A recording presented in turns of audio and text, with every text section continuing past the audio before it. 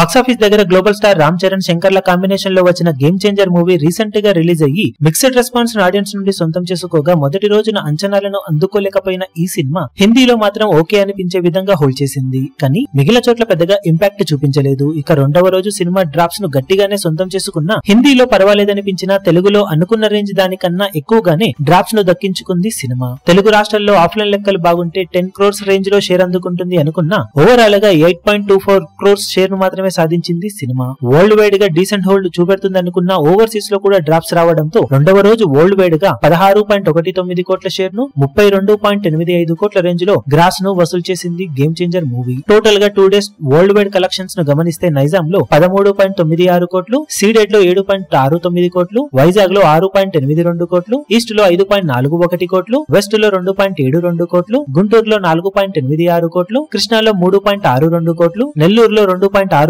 కోట్ల share అందుకోగా 2 days లో తెలుగు రాష్ట్రాలలో 47.76 కోట్ల దాకా షేర్ ను 66.05 కోట్ల రేంజ్ లో గ్రాస్ ను వసూలు చేసింది. ఇక కర్ణాటకలో 3.6 కోట్లు, తమిళనాడులో 2.3 కోట్లు, కేరళలో 20 లక్షలు, హిందీ అలాగే రెస్ట్ ఆఫ్ ఇండియాలో 8.15 కోట్లు, ఓవర్సీస్ లో 10.6 కోట్ల దాకా షేర్ అందుకున్న ఈ సినిమా వరల్డ్ వైడ్ గా 72.61 కోట్ల దాకా షేర్ ను 125 కోట్లకు పైగా గ్రాస్ ను వసూలు చేసింది. 223 కోట్ల బ్రేక్ ఈవెన్ టార్గెట్ తో బాక్సాఫీస్ బరిలోకి దిగిన ఈ సినిమా 2 రోజులు పూర్తయిన తర్వాత క్లీన్ హిట్ కోసం మరో 150.39 కోట్ల రేంజ్ లో షేర్ ను సాధించాల్సిన అవసరం ఎంతైనా ఉంది. ఇక మూడవ రోజు సండే అడ్వాంటేజ్ ఉన్న నేపథ్యంలో సినిమా బాక్సాఫీస్ దగ్గర ఎలాంటి కలెక్షన్లతో హోల్డ్ ను చూపించగలుగుతుందో చూడాలి.